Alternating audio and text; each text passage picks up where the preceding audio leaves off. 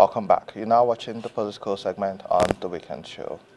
Here are the numbers. According to Amnesty International, at least 10,217 people have been killed in the last 2 years since this government took over power. Specifically, over 6,896 people have been killed in Benue State, and another 2,630 killed in Plateau State, with over 600 villages sacked by bandits. Now, over the last couple of days, we've heard some people say this is a political crisis. Whatever happens, these numbers are people, real people who have been killed. Now, in Yawata, that was the community of the wife of the former governor of Benue State, Samuel Otom. Just 48 hours after the president left Benue State, one and then Taka local government, the local government where the secretary to the government of the federation is from, has also been attacked by herdsmen. This is news reaching us as of this morning, allegedly while it's still being confirmed. So how come nothing has changed? If this is political and it's now affecting at least 21 out of 23 local governments in Benue State, who are we holding accountable? When are we holding them accountable? And how do we identify these people who are the reason behind this mayhem? Joining us to have this conversation in the studio, we have Chief Ahmed Peter, who is the National Secretary, CUPP. Good morning. It's nice to have you back on the show. We also have Honorable Angu Orngu, who is a public affairs analyst. Good morning. Okay, good morning. It's good to have you back as well.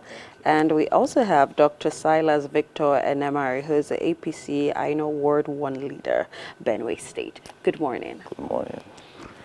Welcome to the show, gentlemen. And I'll start with you. What's going on in Benue State? And this is the question we keep on asking. Because some people have said, oh, this may be political. Some others have said this may be illegal mining. And there's also the conversation which we've heard over time that in some cases the headsmen come to communities, speak to the local chiefs, pay them for the rights to graze. The local chiefs keep the money and don't tell the farmers, and then grazing happens.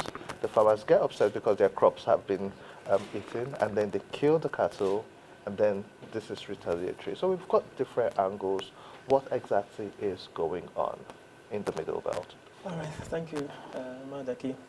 It's quite unfortunate what is happening, and I was saying this is my 6th year being on this show, and the first time I was here, it was the same conversation we were having, and we are still having that conversation today. First, we want to extend our condolences to those that have lost their loved ones. And on the issue of politics, it is politics actually. It is political. Because there is an expectation that the political leadership should deal decisively with what is happening. The political leadership that are the ones in charge of the police, the army, the military, and everything.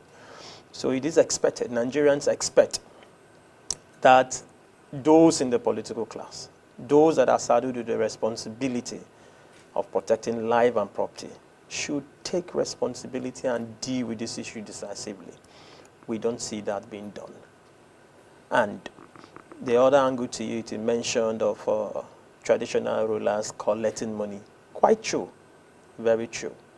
What is happening in some of our communities, that these traditional rulers collect money from these headers, or the headers claim that, you know, they paid for them to graze in these areas.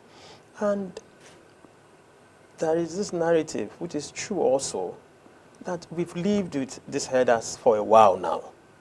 We understand that these headers used to come in during the dry season. And when the rains come and the agrarian Benue farmers need to go back to their farms, they withdrew back to where they were coming from. But we don't see that again. We see the issue of these killings that have been happening repeatedly. So here is another call to those in government, the president, the governors, the traditional rulers, as it were. We all need to sit up. Human life is sacred, needs to be protected. Enough of these killings. Thank you. Chief Ahmed, do you see this Benue massacre as a tragic failure in leadership? or could these patterns, suggest something more deliberate? For me, I think the essence why government was set up, for us to have a sovereign state in the first place, to move from a state of where situations were like brutish, nasty, and life was short. If you read on the Levienti, Thomas Hobbes, you discover that it was the essence for us to have an organized system where we submit our authority to a central government or a government that eventually organized to protect us. And in Nigerian constitution, it is a clear factor that if you look at section 14, subsection 2b, it says that the primary purpose of governance will be security and welfare of the people. Because without security, there's no triumph in any chosen endeavor. You can't be a farmer successfully if you go to your farm and the person gets slaughtered. There will be food inflation because there will not be enough food produced within, cultivated within this time frame. Then you have businesses that will no longer stay. And if you look at the international community, these embassies and their countries issue advisories. Oh, don't go to this place, this war, don't go to. So it also affects the foreign direct investment. So these factors are very clear. So, but where do we now put the responsibility? That we now already have government. We have government that is the commander-in-chief of the armed forces. If you look at the state government, they don't have any direct authority over any security agencies. No, let's leave that one side. They do not. They are just chief security officer by name, not by whatever authority. So when you now have a commander-in-chief of the armed forces, what you do, like what is done in other clients, that there should be intelligence, come to your table, you read them, you analyze them, you look at where it's very, ready, we mobilize troops to those sites. And this state of emergency even being declared, it doesn't even help, because intelligence is supposed to be something that is done, in a quiet and, seamless way that you get together this data. So there's failure of intelligence, because if you look at the NIA, you look at the DSS, you look at the Nigerian Army, they have the intelligence unit in the Army. If you go to the Navy, they also have intelligence directorate. You go to the Air Force, they have intelligence directorate. Look at all these agencies of government, military agencies, paramilitary, they have intelligence unit. So there's a failure of intelligence. Because there's failure of intelligence, there's also a failure of leadership. Because you can't have a country where a president visits a state and leaves that day and those people still attack. There's no respect for our government anymore. This is absurd. We can't continue. There's no respect, because a commander-in-chief visits a state and these people still have the audacity and the temerity to still carry out attack in that same state. Then there's a problem. That means it has come to a point where those carrying this attack are so emboldened and know about the weakness of our security architecture. I see the CDS go to TV and talk like we are talking political. It doesn't make sense, because the CDS embodies the authority of the army. So we are not solving the problem. We can't be talking. Yes, we have a very bad system in place. And the Tunde Ojo talked about the porousness of our border. When we have, if you kill 30 of these people today, about 50 will come from the Niger Republic border. Even before doing fence, before building a fence, we already know this problem. Why are we not having very strong security military base across this border? Because we need to protect life. Without life, there's nothing. And it is total failure of governance. And look, it is about capacity. It is about the ability to deliver what you have promised to the people. Because you can't live in a country. Look at Iran. They are trained missiles. They are trained ballistic missiles. They are trained bombs. At the time, 200 people died in Benue. 200 people have not died in Iran. Israel, that they also fired and lost about 8 persons. So we are in a state of war. We should accept that and let us be. Because even for flooding, I know that in Mokwa, over 700 people, they say, are still missing. So we can't, I don't know why we have become so numb to this death as if it's something that's normal. It's not normal. It's not normal, and we should not become used to it. Our society should not accept this, and our society should reject it with anything we need to do. But there's nobody that you can blame. Even if you talk about Section 33 that talks about, people have the right to life, and if you have the right to life and government knows that you should be able to self-defend yourself. Yes, that is agreed. But how do you defend yourself when these people are well organized, when they have their own intelligence network? They come with 100 bikes and come to the town, level the whole place, burn the whole place. And the painful thing that I think that the president is failing, I think he has the question. No one has been arrested. And yet, there's no consequences for all of these actions to those who are supposed to be in charge of such arrest or such investigation. So if the president continues to feel comfortable with the attitude of his Nigerian police, the attitude of those leading the Nigerian army and the Nigerian armed forces, then the president also have a problem. Because I think you can't have a business today, and you come to a place and you say there's no profit, and then you say, oh, the management should continue. It's not done anywhere, because it's only in government that you find out that the more government fail, the more government expand. But in business, the more the business fail, the business dies. Because we must get a persons into power that understand the logic behind governance. Is that what government is supposed to do is to provide enabling environment that business and life will thrive. If you don't have enabling environment has to talk about security, it has to talk about infrastructure and all. You can't have infrastructure today. We want to go to the village, people are looking for security. Some people have to pay so much to the Nigerian security agencies to get security to go to their villages. So we have turned that security agency to business, whereas they are not putting the life of the ordinary masses in check. For the president is action. In fact, is even when you talk about doing they say body language, the president body, and people are really worried. So the president body language also suggests some level of relax, as if this issue are not big issue. Let's concentrate on 2027. When we get the other second term, we'll resolve this. No. It's about death, because if people are talking about today, President couldn't visit Guma local government, that something happened, and ballot box will get there. People will want to vote for the party there. They will canvass or vote for him there. So if ballot box is getting there, you can't get there. Then there's a problem of gap between leadership and the connectivity with the people, because you need to have empathy. It has to be about sacrifice. It has to be about determination to say, my people must see me, to know I believe in what they are going through. But if you don't do that as leader, let me tell you, you embolden those who you give those people who are perpetrating this heinous crime the courage to continue to serve people, in a bad way, to continue to take their lives and no consequences. Because the Nigerian police, if you want to know their capacities for you to do something in this country as ordinary man, they'll look for you everywhere. They'll track everything. But today they are not tracking these killers. So there's reason why Nigerians are suspicious of the actions of the security agencies. There's a reason why they are suspicious. Because a week after that, people were protesting peacefully. There was a helicopter, there was bullet, rubber bullet, there was water cannon. People were arrested. So how are you arresting peaceful protesters and you have no capacity to be able to go and read. There's no state in the world that a small, harmless, unorganized group can have the capacity to merit act of terrorism against the state that the state does not have the same equal power. The state has more power of coercion, more power of terror to terrorize those terrorists than even the terrorists has. So except the state is not mobilizing those apparatus of authority against the terrorists. And if the state is not mobilizing that, then what do we ask? Why is the state interest not in the interest of the people? Why did the state not channeling all resources to the survival of its own people? Because if the population of the people, you keep on wiping out communities, you keep on wiping our village. How many people will go to Yelwater and go and stay and say they want to sleep well? That village is dead, except you go and put the army barrack in that location. So you can't continue to drive away people from their ancestral community, and then you say our borders is porous. You say there's the intelligence communication is not there, or there's no synergy among the intelligence communities of this country. Then we have a commander-in-chief problem.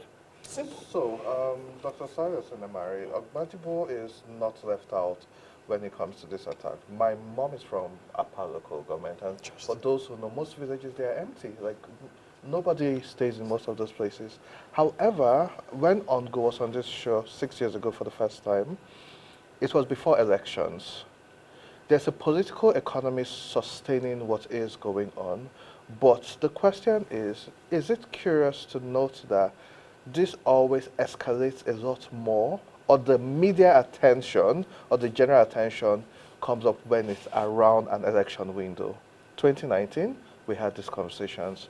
2014, 2015, something similar. Yes, it's been happening, and this is where, and like Chief has said, it goes beyond the rhetoric, because this has been going on. But when it's election window, everyone is now very vocal about it. And Benue State has an APC governor. The president is from the APC government. Besides these conversations and these speeches, insecurity affects the potential of the party to retain power. And so if it's opposition, why aren't they identifying the opposition people who are instigating it? If it's people within, why aren't they identifying it? Do you think that this is also targeted just for it to be a campaign conversation? Thank you so much, Madaki. I've known you for a very long time. And you see, we continue to pretend about the insecurity in Nigeria. And the first point of action is we owning up that we have failed first as a government. Then you can begin to trace what these failures are and how to go about them. Negligence on the part of the government is a huge factor that has been affecting us today. You remember that at the time of Jonathan, these were the same pattern they brought up to topple the government, and now it is the time of the Tinubu government, and there are those who are agitating that they no longer want him, and they are doing the same. Give or take, within last year we didn't have so much of these problems. It has intensified because, of course, from the political body language, you can see that there are agitators already who want to take over and remove this government and install a new government. And you see, it's the same pattern on and on and on. And this thing goes down to the far villages. And because this is where the people are powerless, they have little or nothing to defend themselves. And so, like I said, the moment we still continue to lie to ourselves, that is not political, then we are still joking. All right? For example, I'll tell you, if Mr. President says he does not know when these bandits come into this country, unleash mayhem, and leave, then there's a question mark there. Nigeria has the capacity, I can tell you for free, just like my brother has mentioned. We have all the security apparatus and intelligence to know what happens here.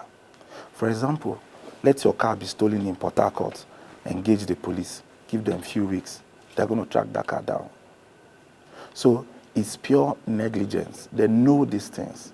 And the issue of Benue State is so pathetic. I'm here with deep emotions today because we have seen it happen firsthand, and we know what's really going on. Many people accuse the SGF that, oh, he's part of the whatever because he wants to overtake the government. Lo and behold, just a day after the president's visit in Benue State, his own village was attacked. So why was his village not left out of the whole something? So it's clearly political. People bring these people here. In fact, after the Elwata killing, that same evening, you see a senator that has massive numbers of cows being escorted by security agents in this country, where people are lacking security in the various villages. A senator has cows that is being escorted by armed officers. This is how bad it has gotten. I continue to say that they know what to do, but there's no political will to deliver these things to the people. And so long as we still continue to downplay these things, we will continue to suffer it. For example, what are we installing military bases in the Makurdi town? What happens to the villages? Before now, we used to have all these bases in far-thick villages. Why? For easy and apt response sake. Now, there's a video making rounds online, Dr. Frank. He said they got intelligence. He was very elaborate on it. He said they got intelligence, and they called security operatives that these people are gathering somewhere in Kadurko, and that they are coming to attack. Because these things that is done in the open, and somebody has seen them and made the call, because they were chanting their calls and where they were going, and somebody heard them. I said, these people are coming to your place. And these people, they called security operatives. Nobody came until after the attack. And then look at the massive number of security operatives we have when those peaceful protesters in Makurdi were having their peaceful protests. See the helicopters, see everything. And then you need to imagine, so what's the problem? So it's clearly negligence and the lack of political will. And so until we choose to want to do what's right, then we'll continue to suffer it. So I don't blame anybody. I blame the current administration. They should have at least human sympathy, no matter how small, to think about these defenseless people. Is it news that food is very expensive now? Because people are not farming. Imagine Nigeria, imagine Benue State. after the whole something, we have to depend on food coming from different, other states to feed those people in the IDP camps. It doesn't sound funny. So these are the problems, and it will continue to go like this. And if we, even we in the cities, we can't go to the village to even have any gathering, even to discuss with your family members. Because just like you said, if you have to go, you need a lot of security. How much do you pay to get the police van to go with you to the village? So these are some of the problems. So until the government own up to their failures and begin to take proper... Another thing is, I discovered that the Nigerian system, we don't believe so much in research. When you look at the budget, little amount of money, or little or nothing is put into research. But we have had these insurgencies for more than 20 years. And so people, and you hear that security experts will tell you that if insecurity has lasted for a couple of number of weeks and it's not nipping the bud, then there is an insider, somebody in the same government who is fueling these things. We have had so many cases where the military will tell you that they went for a particular attack, for a particular operation, and then the people are already aware that they are coming. So what is wrong? You heard Senator Oshomole. He said it on live TV that they should come and ask him, and he will tell them, particularly the issue in Zamfara State. Gold is being mined, and he alleged and said the military generals are the ones causing this problem. And that when they are ready, they should come and meet him, he will provide names. So many public office holders in Nigeria are not free from this whole issue. So until we begin to tell ourselves the truth, then we can begin to have peace in our various neighborhoods. Thank you so much. Honorable Brango, in moments like this, do you think Nigeria, when I say Nigeria, I mean the leadership, I mean security agencies, are responding with enough urgency? Or is it that some lives are less important? Because the statement Chief Ahmed said, I had to put it down, he said that the society is being numbed to death. Yeah. Do you think we're actually being numbed to death, or these lives are not seen as important? Because if something like this happened in communities in, let's say, Ikoyi, Maitama, the urgency, it would continue for like 2 weeks in the news, and everyone will be on heat because their bosses are like, what's happening? Let's figure this out. But this is not what we're seeing in a community like this. So what are your thoughts about this? Just like Chief said, Chief was very vocal. He's a political scientist, a real one. They are trying to numb Nigerians to death. It is well orchestrated, so that we begin to feel normal over these killings. But it's not supposed to be. And the response, Mr. President was in Makurdi, and his last statement was, let's turn the strategy or the tragedy to prosperity. And for the first time, I see the commander-in-chief in Nigeria giving marching orders. He made his IGP to stand up. He called on his chief of defense staff to also stand up, his NIA director, and that of the DSS. He made them stand up, and I think from body language, he was saying there is no arrest, he's surprised. So that was a call for security, their heads to stand up. I would like to give it to the CDS. He was the only head of security in Nigeria that went to Benue and spent 48 hours. All the rest went there, and within 12 hours, they were out of Benue. They only did, should I say, their media show and left. But this man was on ground, General Christopher Musa, had town hall meetings to really get to know what is happening. And he showed great leadership. And for Mr. President too, his visit and the marching orders he gave showed leadership. All right? That arrests should be made. And I think in less than 24 hours, we heard that Nasarawa State Commissioner of Police mentioned that they arrested some persons with arms that they suspected were those that carried out the attacks at Yerewata. And I believe Mr. President did not say that. Maybe those arrests, nobody would have said anything about it. So, we have a lot to do. Benue's border with Nasarawa State is a problem, and the River Benue. We believe that most time, when some of these killings happen in areas like Apagatu, these headers or terrorists, as they rightly are, run back through the river and hide in Nasarawa State. So the Nasarawa State government needs to sit up, need to expose these killers, because it is public knowledge that these killers run back to that state. So, having said that, the present government is trying.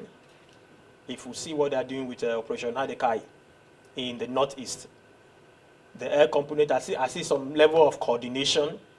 Unlike before, that it is only the infantry that will be going into face these terrorists. I see that the air component is involved. Anytime they are releasing their press release now, that while the infantry were going in, there was an air component to it. We expect that the same thing should cascade down to the Middle Belt. Taraba, Benue, Nasarawa, Plateau. So that we deal with these additional issues that we are dealing with.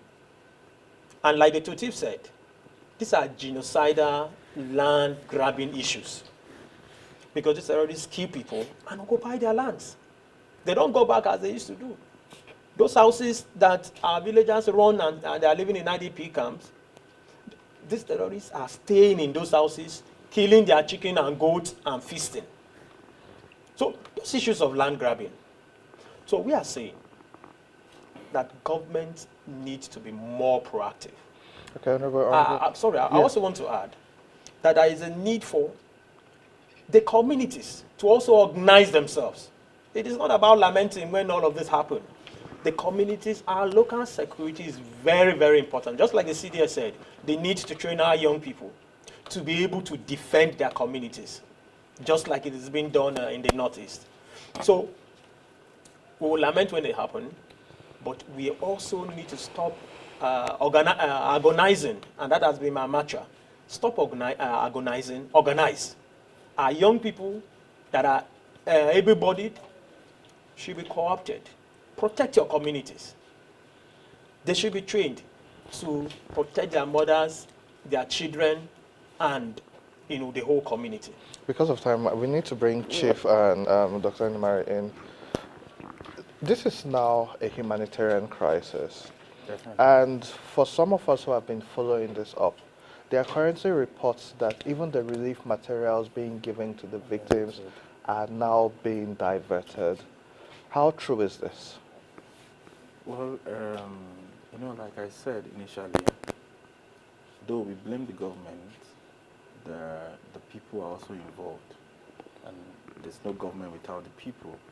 And you see, it is from what happens in the government that these people learn from, you see. And then who do you blame? There's hunger in the land, my brother. So when free food comes, and me who is sharing the food is also hungry, you expect me not to take from it, my brother. So these are the issues. So, like I said earlier, insecurity can only be curbed if there's proper awareness. And like I said, we don't do research here. Imagine for something that has lasted for over 20 years, we have no research. Where are they coming from? Who are these people? What are they doing? What is their pattern? What is their style? And all of that. And why the reoccurrence and all of that. These are the fact that people that the government should have had intelligence that they should have put together before now. And then they know how to tackle them bit by bit. And secondly, like I said, the locals needs to be enlightened. Because these people still take. Remember, the CDS said that the locals, in fact, brought them in, showed them the way in, and escorted them out. Do you understand? So there's a lot that needs to be done. Secondly, a lot of money is put into insurgency in Nigeria. And you don't see them using these funds. Instead, it's still being looted. So that's why I continue to hammer on political will. Because imagine in 2025, we don't have surveillance drones. Have you heard of any? I've not heard of any if we have. Interestingly, we do have that, and Who uses them? Do we have people who are trained? so this is the problem, because I do believe we have the capacity and the capability. Prioritizing it maybe becomes a question, but Chief, because of time, we'll come to you. The president was in Benue State, but he didn't go to the community itself. Some people say bad roads was the reason. But what's the point coming all the way to Benue State and you don't go to the exact community where it happened? And also, every administration have said we have intelligence and we have the list of sponsors for some of this. And it's never been released. So going forward, where do we go from here? I think we turn governance to entertainment and all sort of cycles, So they just keep on bringing out information so that Nigerians can just be listening. Busy. Because you hear the chief of defense staff will say that they want to train the youth, and that's why we submit our sovereignty to government. Train which youth? Somebody was trying to kill somebody in Adamawa. The man defended. He said the man is in prison today. Supreme Court jailed him. So how are you going to talk all of these things? See, it's about entertainment. People just look. It took the president 1 week. Lack of compassion, insensitivity to the people's plight is also a problem for governance if you don't have that connection with the people. Because you took the president 1 week before he could react to the death in Benue. He even wrote a press statement on the Iran and Israel war, urging Israel to cease fire, but never made a statement about the killing in Benue. Because sometimes when people are in government, they forget the essence why the essence where government was created in the first place. You come to a hall, you sit in a very cozy environment in a theater-driven center, and we started entertaining ourselves. You, Chief of Minister, stand up, Chief of Minister. You have these people under your control. These people report to you. What are we doing in the hall? If you can't go to the community, the information minister said on one of the TV that they have bought so far 35 planes and helicopters. The resources at the disposal of the president. There's nothing could have stopped him from visiting that community if he doesn't want to go by road. To also see what the people face by going by road. And that's why we tell you, look, you need to do priority when it comes to budget, when you come to budget, putting budget together. Because you have to have aligned resources, allocate resources that will align with the needs of the people. Because what we have today is misaligned and mismatched allocation of resources. So we need to have that. And the president cannot tell me that he sat in that hall. I was talking about people hate him, Nigerians hate him and he's their president. You can imagine, if Nigerians hate you, so where do the 8 million vote come from? The 8 million vote, are we supposed to be suspicious that the people who hate you voted for you? So these are the challenges of governance when there's insensitivity, when there's lack of compassion, and when there's lack of connectivity with the people. Because when you see yourself as the people who are supposed to be responding to you, instead of you being responsible for the people, then there's a challenge in governance. Because you can't have, look, in Bokos, the president never visited. Know how many people died? Even another 19 or so I had died in Jos. In Benue, he didn't visit. In Mukwa, where over 700 people, they say are still missing, about 200 that died recordedly. You can't see the president go to this place to sympathize. It is failure of your leadership. So you must be able to sympathize. If you don't want to sympathize, you correct those things that are causing this death. You put allocation resources together because we have 16 trillion, 30-something, 20-something trillion. Even you look at budget revolution that 11,122 insertion was padded by the National Assembly because the resources are not being aligned to tailor with the interest and the needs of the people. So the people continue to suffer where there's no road, where there's no amenities, and this debt continue to decrease. We need to have government that will connect with the people. And that's all. Gentlemen, I think we can go on and on about this, but the most important part is lending your voices to this and letting people know that this is ongoing. And like you've all said, it's not for entertainment. It's not about parties anymore. These are real people, real lives, and we need action, not just this jamboree of conversations. We need real action. We will continue to bring you on and follow up on this conversation in the coming months. Thank you so much for your time. Thank you. We'll take a quick break. When we return, more on The Weekend Show.